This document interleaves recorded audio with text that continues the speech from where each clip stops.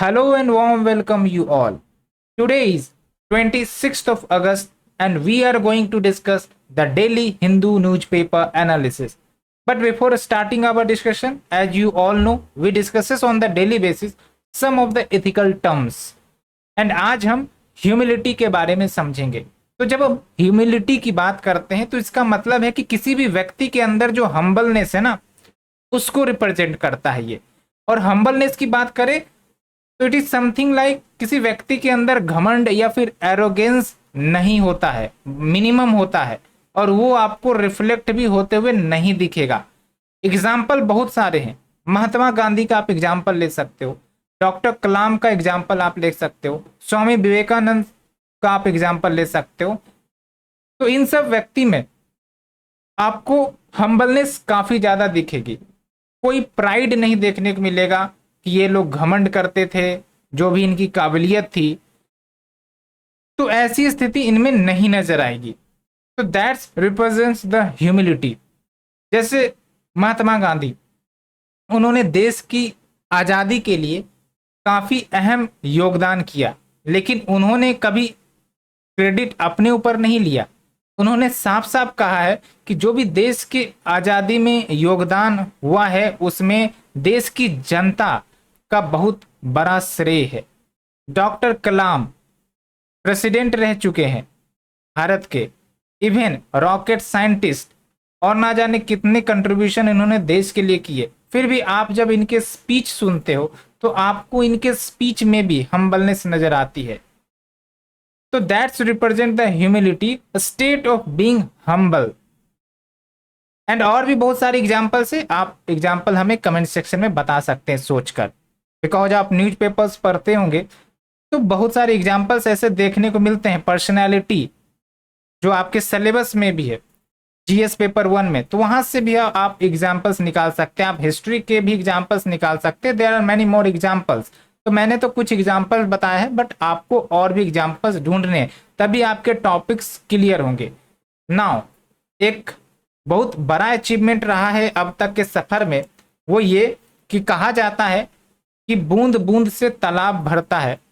और यहाँ पर आप देखिए, मैंने लगभग आपको इतने सारे टॉपिक्स पढ़ा दिए एथिक्स के, एंड जब तालाब भरेगा तो समुद्र भी भर जाएगा, उसकी भी चिंता करने की जरूरत नहीं है। यानी कि धीरे धीरे हम और भी एथिक्स के टॉपिक्स को डिस्कस करेंगे, और लगभग आप देखिएगा कि जो भी आपके एथिक्स के टर्म्स, डेफिनेशंस, एग्जाम्पल्स है, वो पूरी तरीके से आपको समझ में आने लगेंगे।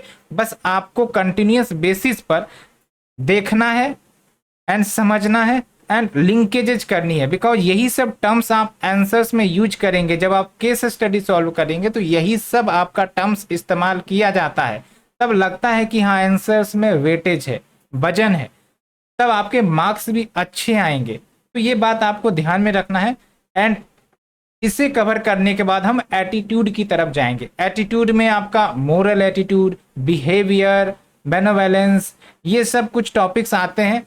उसके बाद हम फिर फर्दर जो भी अन्य टॉपिक्स होंगे उसको भी कवर करने वाले। तो कहा जाता है, और आप समझ भी रहे होंगे, कि बूंद बूंद से तालाब एंड समुद्र भी भर जाएगी, बस आपको कोशिश करते रहनी है।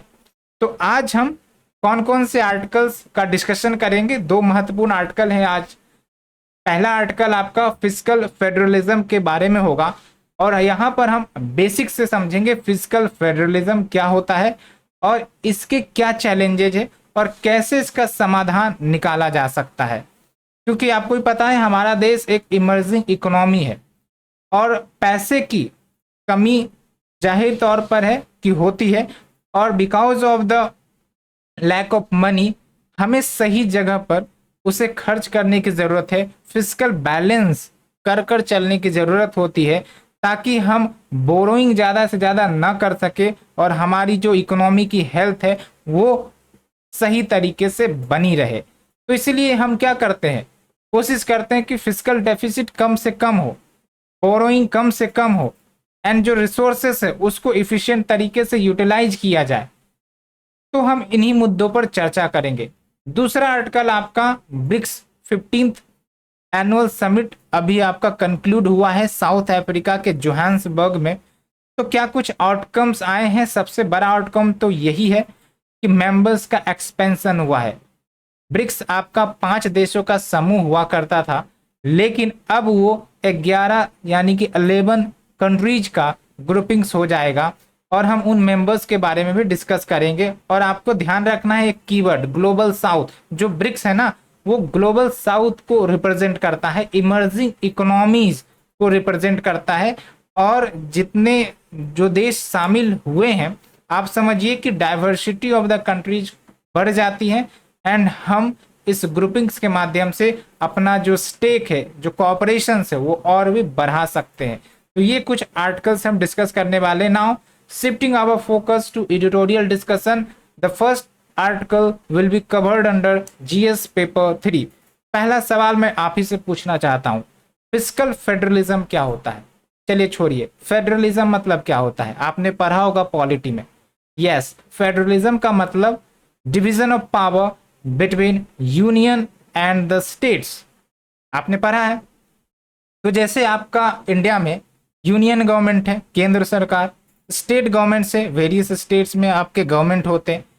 तो फेडरलिज्म में क्या होता है कि जो डिवीजन ऑफ पावर है वो संविधान से मिला हुआ है। आप देख सकते हो जो 7th शेड्यूल है, स्टेट के अपने पावर्स दिए गए हैं, उसी प्रकार से यूनियन गवर्नमेंट के अपने पावर्स हैं, उनके सब्जेक्ट्स निर्धारित हैं कि वो किन पर कानून बना सकते हैं।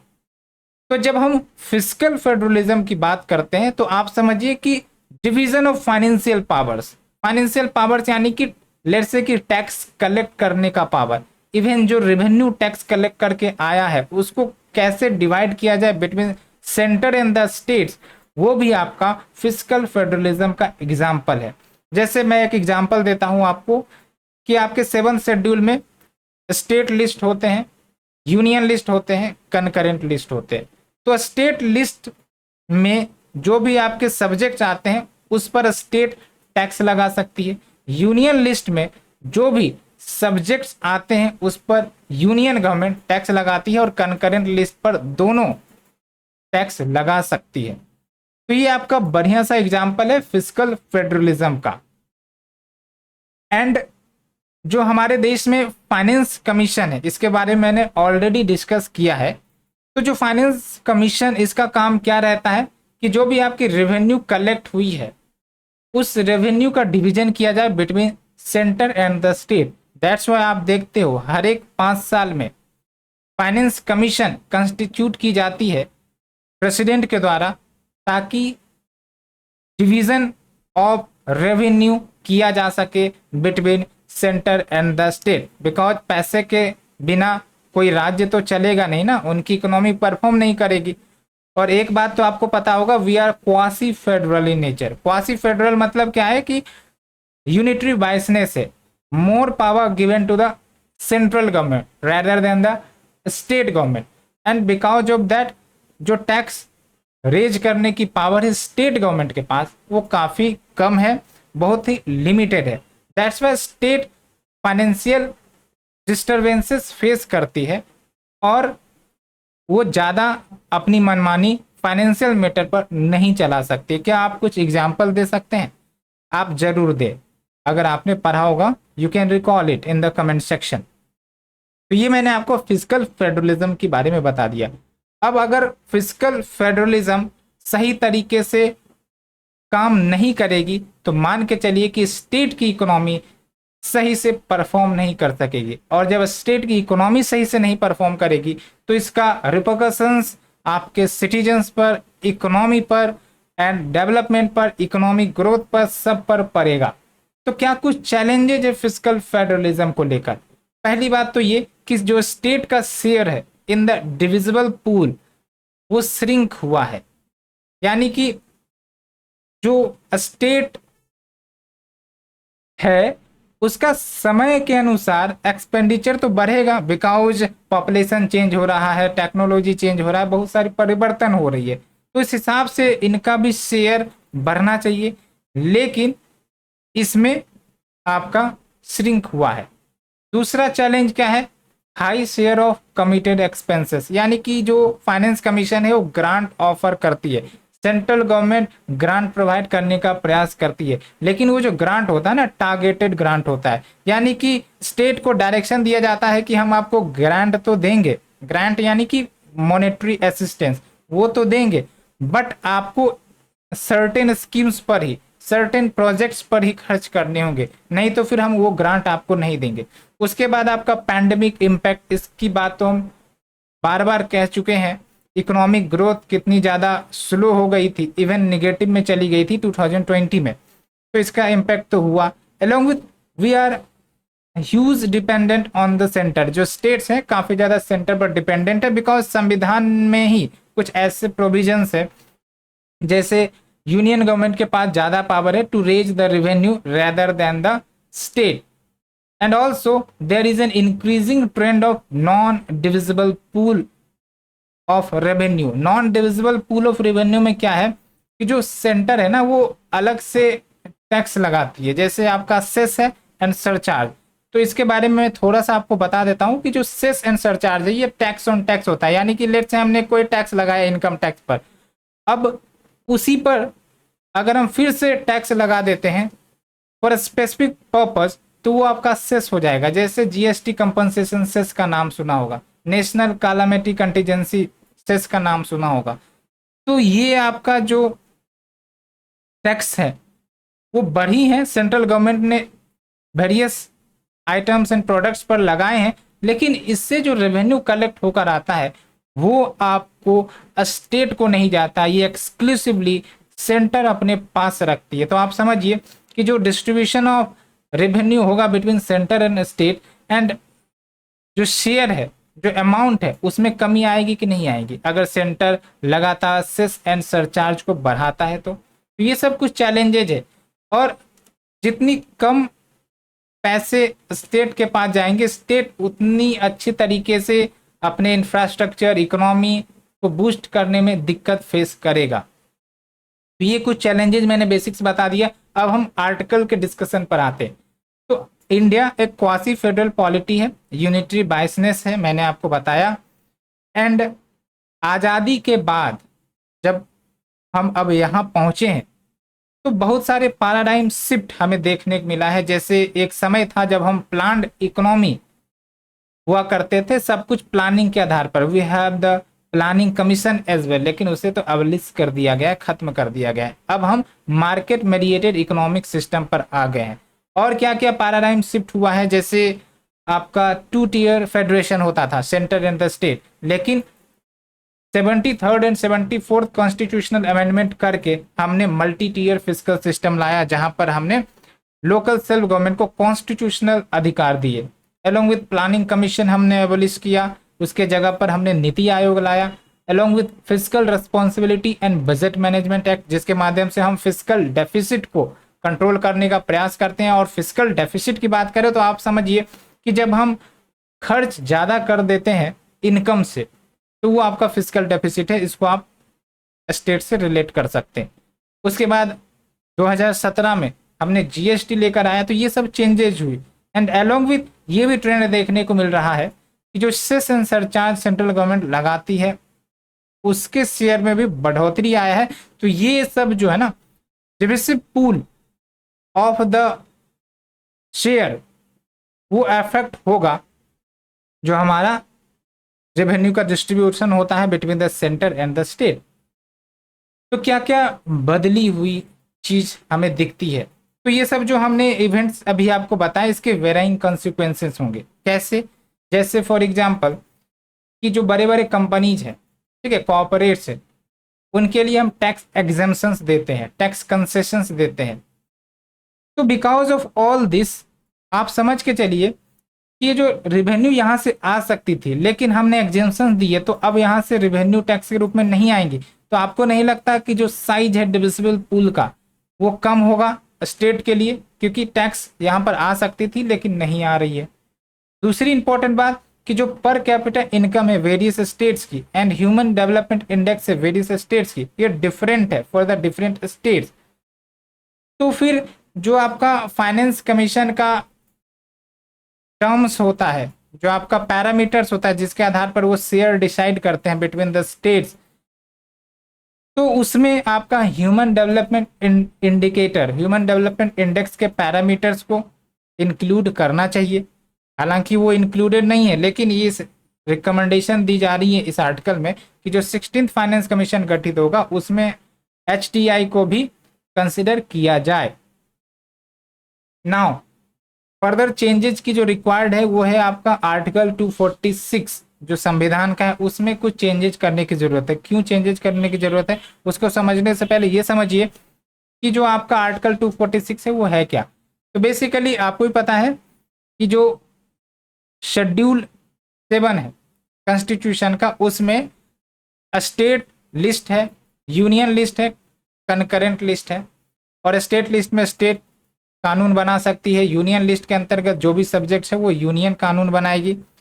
तो इसमें परिवर्तन करने की जरूरत है। क्यों? क्योंकि ये जो लिस्ट है ना काफी पहले के समय को रिप्रेजेंट करती है, लेकिन आज बहुत सारी चीजें चेंज हुई है। स्टेट की डेमोग्राफिक डिविडेंड चेंज हुई है, टेक्नोलॉजी में परिवर्तन आया है, सोसाइटी में परिवर्तन आया है। तो उस चेंज को रिफ्लेक्ट करने के लिए कहीं ना कहीं स्टेट के जो सब्जेक्ट मैटर है उसमें और ज्यादा एडिशन करने की जरूरत है। सिंपल सा मतलब यही है। ठीक है, जैसे for example India has become a truly multi party system, तो फिर जो भी आपके उसमें रिफॉर्म किया जाए अलोंग विथ बहुत सारे जो सेंट्रल लेजिस्लेशन है, यानी कि जो सेंट्रल गवर्नमेंट पास करती है पार्लियामेंट से, जैसे मनरेगा है, ठीक है, नेशनल फूड सिक्योरिटी एक्ट 2013, या फिर RTE act, right to education act, या फिर और भी बहुत सारे एक्ट। तो आपको नहीं लगता कि ये एक्स्ट्रा बर्डन स्टेट पर डालती है? बिकॉज यहां से भी स्टेट का कंट्रीब्यूशन मांगा जाता है कि इन स्कीम्स को चलाने के लिए सेंटर तो कंट्रीब्यूट करती है, लेकिन स्टेट्स का भी कंट्रीब्यूशन मांगा जाता है, और ये एक्स्ट्रा बर्डन डालती है स्टेट्स के ऊपर। तो फिर चेंजेस रिक्वायर्ड है। जैसे तमिलनाडु के सीएम है, उन्होंने हाईलाइट किया था कि जो एजुकेशन कंकरेंट लिस्ट में है उसको आप स्टेट लिस्ट में वापस डालिए। ठीक है, ऑल्सो हमने गवर्नमेंट ऑफ इंडिया एक्ट 1935 से बहुत सारे कॉन्स्टिट्यूशनल प्रोविजंस बोरो किए, लेकिन उसमें हमने सब्सिडारिटी प्रिंसिपल अप्लाई करने में असमर्थ रहे हैं।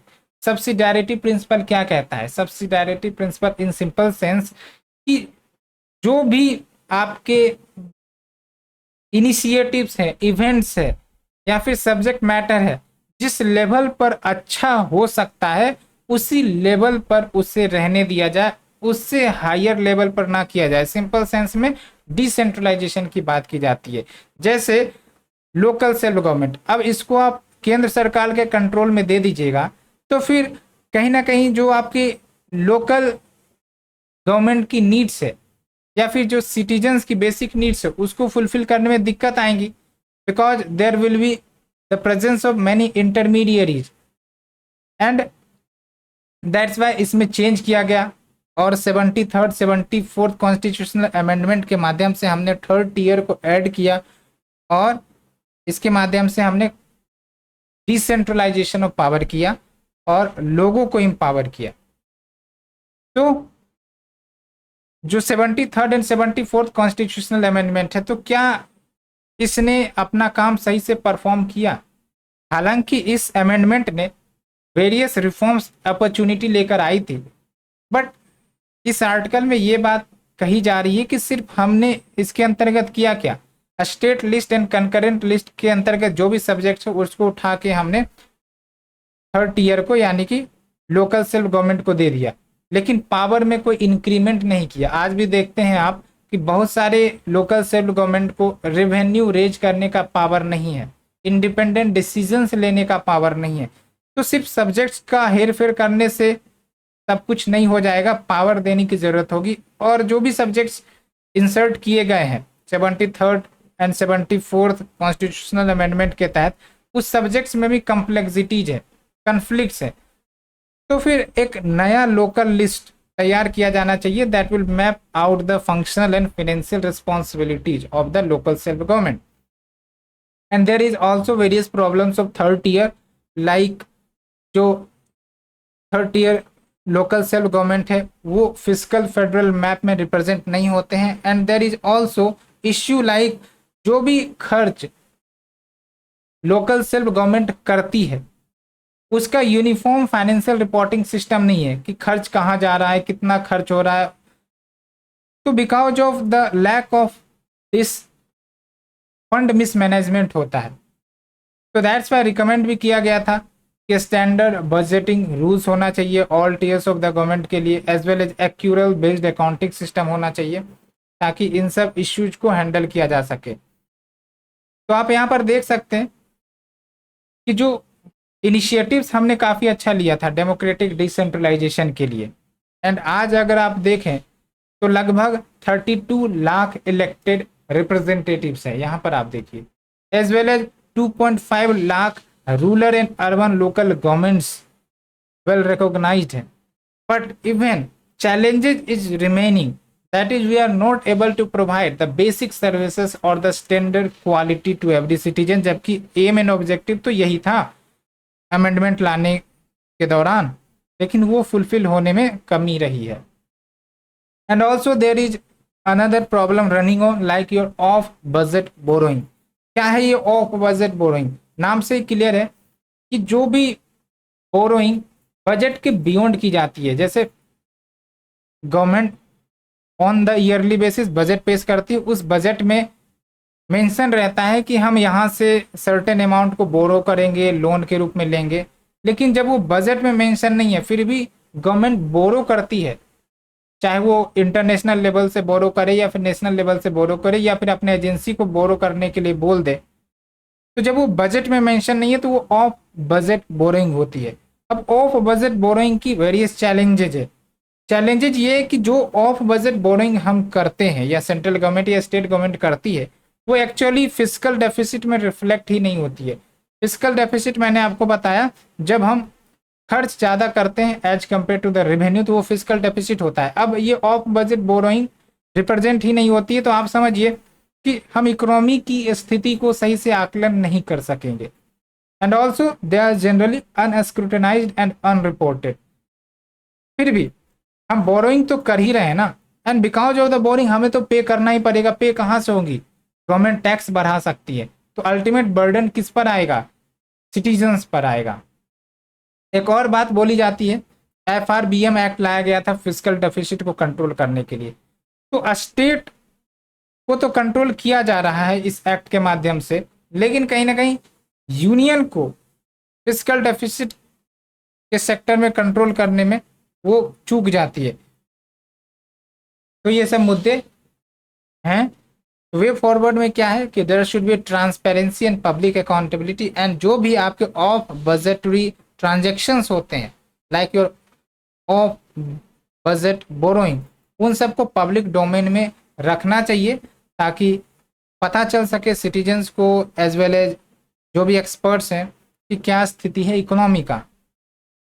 तो इन कंक्लूजन जो आपका फिस्कल फेडरलिज्म का डायनेमिक्स है, पैरामीटर्स वो चेंज हो रहा है, तो वो चेंज रिफ्लेक्ट भी होना चाहिए 16th फाइनेंस कमीशन में जो आने वाले समय में गठित होने वाली है, जो आपका डिसाइड करेगा कि स्टेट और सेंटर के बीच और स्टेट के बीच कितने पैसे डिस्ट्रीब्यूट किए जाएंगे, एंड फॉर श्योर वो एड्रेस करे उन कमियों का जो इस आर्टिकल में डिस्कस किया गया है। Now we have completed this article, shifting our focus to next editorial discussion that will be covered under GS paper 2। तो एक समय था जब हम चर्चा करते थे कि ब्रिक्स में 5 देश है, Brazil, Russia, India, China, south Africa, लेकिन 15th ब्रिक्स समिट के बाद इसमें बदलाव आ चुका है। 6 new countries has been added, उनको मेंबरशिप मिल गई है। तो अगर हम ब्रिक्स के बेसिक्स की बात करें तो ब्रिक्स आपका क्या है? ग्रुपिंग से, कंट्रीज का ग्रुपिंग से, जो आपके लीडिंग इमर्जिंग इकोनॉमीज है जैसे ब्राजील, रशिया, इंडिया, सबकी बात मैंने की, उनका ग्रुपिंग से। इसका एम क्या है? इकोनॉमिक कोऑपरेशन, ट्रेड बूस्ट करना, ये सब आपके कुछ कॉमन ऑब्जेक्टिव्स हैं। हालांकि इसके ओरिजिन की बात करें तो 2001 में साउथ अफ्रीका इसे ज्वाइन नहीं किया हुआ था, लेकिन 2010 में साउथ अफ्रीका को इनवाइट किया गया to join the BRIC, and उसके बाद ये ब्रिक्स जो नेम है उसको एक्सेप्ट किया गया।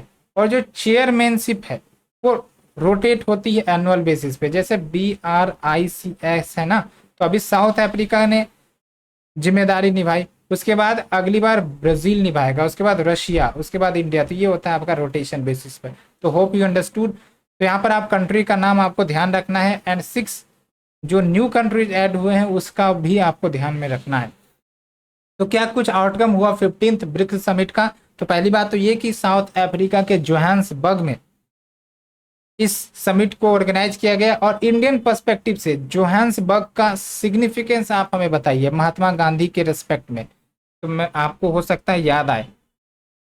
सो पिछले साल जब समिट हुआ था तो ब्रिक्स ने अनाउंस किया था कि हम जो है नए मेंबर्स को ऐड करेंगे। तो जब ये अनाउंस हुआ ना तो लगभग 40 कंट्रीज ने रिक्वेस्ट या इंटरेस्ट जताया कि हम जो है इंटरेस्टेड इन ज्वाइनिंग, एंड लगभग आपके 22 कंट्रीज ने एप्लीकेशंस फाइल की फॉर द ज्वाइनिंग। एंड आप देख सकते हो 6 न्यू मेंबर्स ऐड हो चुके हैं। टोटल 5 मेंबर्स हुआ करते थे, अब 11 मेंबर्स होंगे। एंड आपको ध्यान रखना है कि ये जो आपका मेंबर्स ऐड हुए ना, ये डायनेमिसिटी को इम्प्रूव कर देता है। एंड कैसे इम्प्रूव करता है? ये ग्लोबल साउथ को और भी अच्छे तरीके से रिप्रेजेंट करेगा। जैसे आप देखिए मिडिल ईस्टर्न प्लेयर्स में कौन कौन शामिल हुए हैं? Egypt, Iran, Saudi Arabia, UAE। And अगर हम अफ्रीका की बात करें तो वहां से आपका इथोपिया शामिल हुआ है। साउथ अमेरिका की बात करें तो वहां से आपका अर्जेंटीना शामिल हुआ है। तो आप समझे कि ग्लोबल साउथ जो आपका combination of developing and emerging economies को रिप्रेजेंट करता है, तो उसकी डाइवर्सिटी बढ़ी कि नहीं बढ़ी? बिल्कुल बढ़ी। तो यही बात इसमें की गई है। और क्या क्या अचीवमेंट्स हुए हैं ब्रिक्स के? तो जो ग्लोबल इश्यूज है जो काफ़ी ज़्यादा चर्चा में रहती है, जैसे क्लाइमेट चेंज के कमिटमेंट्स को लेकर हो, UN में रिफॉर्म्स करने की बात हो, या फिर जो यूनिलेटरल वेस्टर्न सैंक्शंस लगाए गए हैं ईरान, रशिया, वेनेजुएला के खिलाफ, इसको रिजेक्ट करने की बात हो, तो इन सब मुद्दों पर ज़्यादा से ज़्यादा कोलैबोरेशन होगा। एंड फर्दर अचीवमेंट्स की बात करें तो न्यू डेवलपमेंट बैंक जो ब्रिक्स का ही बनाया गया है, एंड इसने लगभग 100 प्रोजेक्ट्स को फंड किया है। तो आप समझे सिर्फ थ्योरी के लेवल पर नहीं है कि बस बना दिया गया ऑर्गेनाइजेशन और ये कुछ काम नहीं कर रहा, प्रैक्टिकली भी ये अपने फंक्शंस को परफॉर्म कर रही है। As well as contingent reserve arrangement की भी फैसिलिटी है। इसके अंतर्गत क्या है कि लेट्स से कोई मेंबर कंट्री इमरजेंसी मनी की ज़रूरत होगी तो फिर उन्हें दिया जाएगा, along with more equitable representation as compared to the G7, because G7 देशों में तो लगभग आपका वर्ल्ड पॉपुलेशन का 10% ही रिप्रेजेंट होता है, लेकिन इस ब्रिक्स में, या फिर आप इसको ब्रिक्स प्लस कह सकते हो, उसमें more than 40% of the world population represented है। एंड सबसे इंपॉर्टेंट बात डाइवर्सिटी के साथ, क्योंकि यहाँ पर आपका ग्लोबल साउथ के इंटरेस्ट को भी रखा जा रहा है। तो दैट्स द मेन क्रक्स। लेकिन क्या सब कुछ सही चल रहा है? क्या कुछ इश्यू फेस कर सकता है? लेकिन उससे पहले ये जानिए कि ये जो नए देश जुड़े हैं वो ब्रिक्स मेंबर के एनर्जी सिक्योरिटी को भी फुलफिल कर सकता है। कैसे? क्योंकि ये जो मिडिल ईस्टर्न कंट्रीज है जिसका नाम मैंने आपको गिनाया है, यहाँ पर आप देखिए ईरान है, सऊदी अरेबिया है, UAE है, ये सब ऑयल के प्रोडक्शन में काफ़ी अव्वल नेशन कहलाते हैं। तो भारत की भी एनर्जी नीड्स है, as well as other member countries की भी एनर्जी नीड्स है, तो उसको फुलफिल करेगा। But there are issues. Issues क्या है? जैसे इनर कंट्राडिक्शंस काफ़ी ज़्यादा है मेंबर कंट्रीज में। आपका इंडिया और चाइना के बीच कन्फ्लिक्ट चल रहा है, आप देख ही रहे हो। उसके बाद जो ईरान, सऊदी अरेबिया, UAE के बीच जो इशू चलता है वो भी आप सुनते रहते होगे, बिकॉज शुरुआत से ही इनके रिलेशंस अच्छे नहीं है। तो because of inner contradictions collaborative decision ले पाना हो सकता है संभव ना हो। एज वेल एज ब्रिक्स की ग्रुपिंग को आप ऑब्जर्व करिएगा तो पता चलेगा इसमें आपका चाइना है, रशिया है ना। तो ये आपको दिखाएगा कि एंटी वेस्टर्न स्टैंस ज़्यादा रिफ्लेक्ट करता है। तो इसके कारण जो आपके न्यूट्रल कंट्रीज है like India as well as Egypt, वो सब अनकंफर्टेबल फील कर सकते हैं।